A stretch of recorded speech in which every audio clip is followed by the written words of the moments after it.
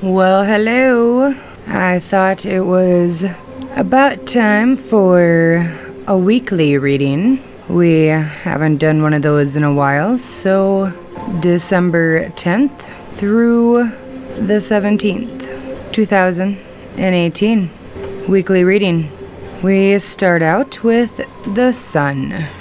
Vitality, freedom, self-expression, the ability to see your own truth. Look at him, he's standing tall. He's taking time to smell the flowers and appreciate the beauty that surrounds him.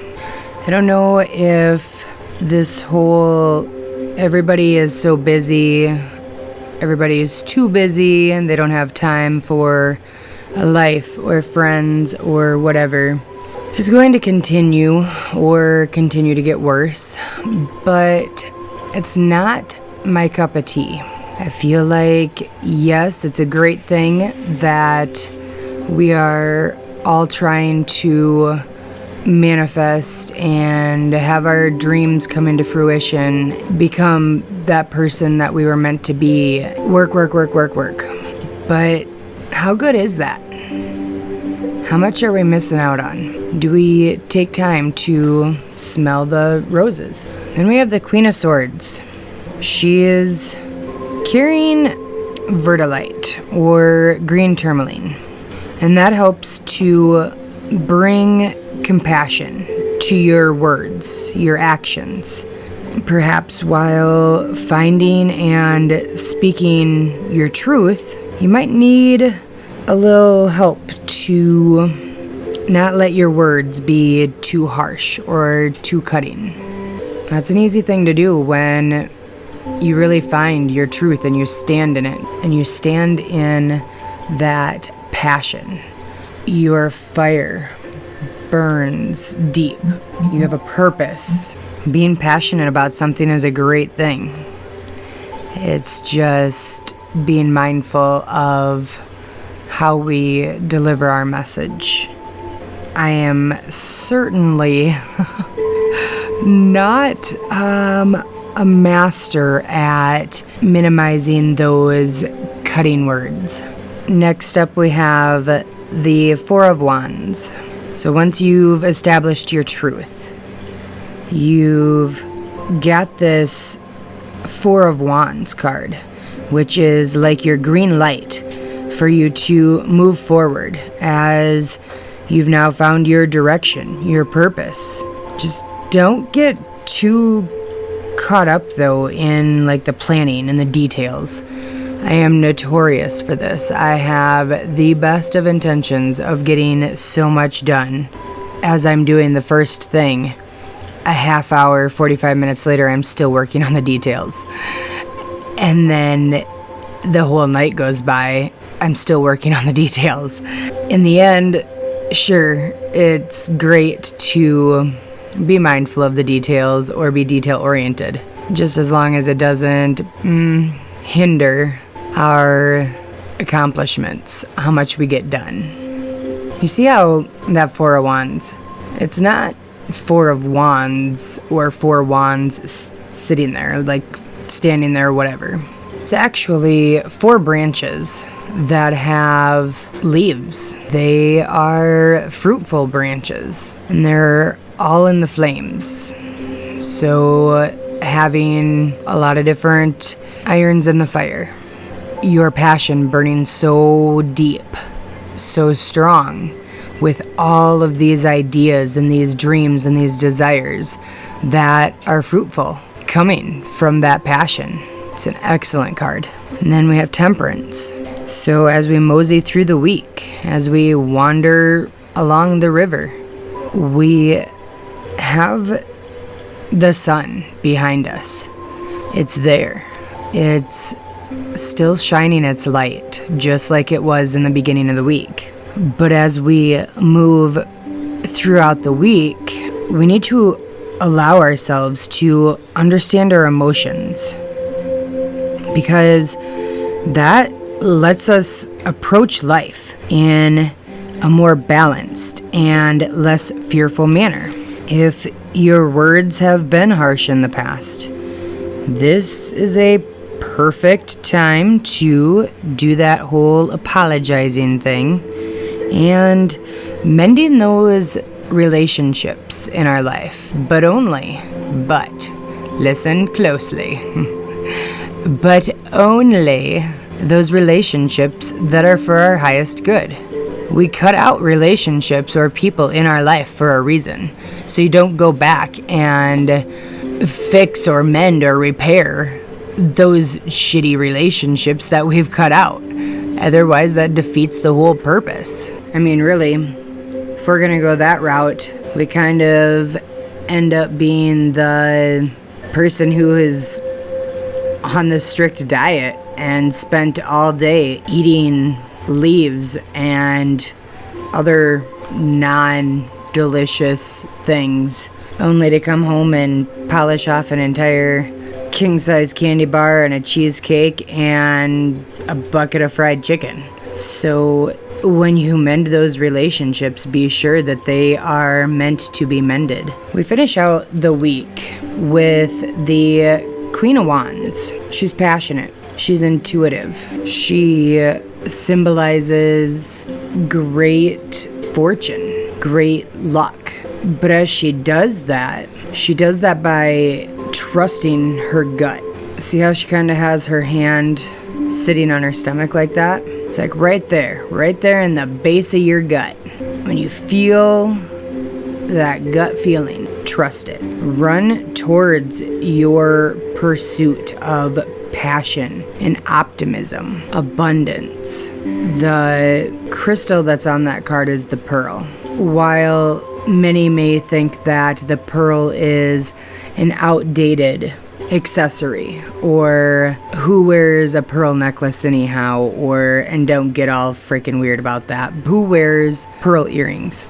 We always think of our grandma. It's grandma jewelry, right? Well, your grandma's also survived a lot of freaking years and lived through a lot and has probably learned a lesson or two. So embrace the pearl. Then, our question for the week. What was your biggest mistake in retrospect, looking back over the past year? In life, there are always going to be choices that we have made that can feel like they were mistakes. That's the beauty of free will, because we get to learn. We learn those life lessons. And when we allow ourselves to see them from a different perspective, we also get to appreciate their purpose, the beauty of the lesson that we learned. When you can take a step back in that temperance card, you can take a moment and reflect and look at things from a different perspective. Everything looks a little different when things are cooled down. That's why they call hindsight 2020, because you can see things clearer when everything is said and done, when the smoke has cleared, when the dust has settled. So what is that thing that you perceive as your biggest mistake? And then I'm going to challenge you. I'm going to give you an assignment. Boom, you got work to do. I want you to look at it in at least two different mindsets, two different facets, two different approaches, and appreciate what you see in those different perspectives. It's almost Christmas up in here. Can be a stressful time. People are worried about getting their shopping done and having enough money to go shopping and getting everything wrapped and making sure you have a gift for your neighbor and their third removed cousin and their dog. But I want to just bring a different thought to the table, or give you a little reminder of what it is that is really important during this time. Because yeah, sure, the gifts are great, and it's nice to see, your kids tearing apart their presents and paper flying everywhere and the temporary smiles on their faces. But is that really what it's about? Is that really what matters? When I was setting up my desk or getting the visuals ready for my readings for the month, and I put these 2 golden poinsettias on my desk with my amazing buffalo horns, I wondered, how did the poinsettia become like the flower of Christmas? And so there is this old Mexican legend about how this came about. So as the story goes, there is this poor Mexican girl. She was called Pepita, who had no present to give the baby Jesus at Christmas Eve service. And so she's walking to the chapel. She is sad. And her cousin, Pedro, he tries to cheer her up. He's like, Pepita, I'm sure that even the smallest gift given by somebody who loves him will make Jesus happy. Pepita didn't know what she could give. So she's walking towards the chapel and she sees down in the ditch this small little bundle of weeds. So as she trudges towards this chapel with these weeds in her hand, she fights back the fear of, being made fun of or being ridiculed. And she goes and kneels down. She places this bouquet at the bottom of the nativity scene. And suddenly this bouquet of weeds burst into bright red flowers. And everyone who saw them were sure that they had seen a miracle. And from that day on, the bright red flowers were known as, and I'm going to say this in white girl Spanish, chica de blanca like I always do, but flores de Nochebuena, or flowers of the holy night. And so I don't care if you believe if there is a God or there isn't. That is not what I'm getting at.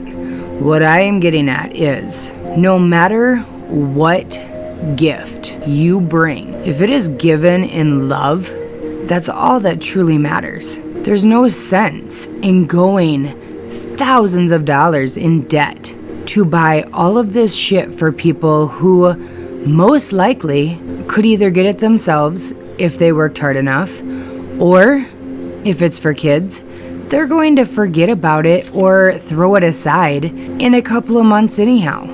Don't place such a high value or stress on the gifts and the price.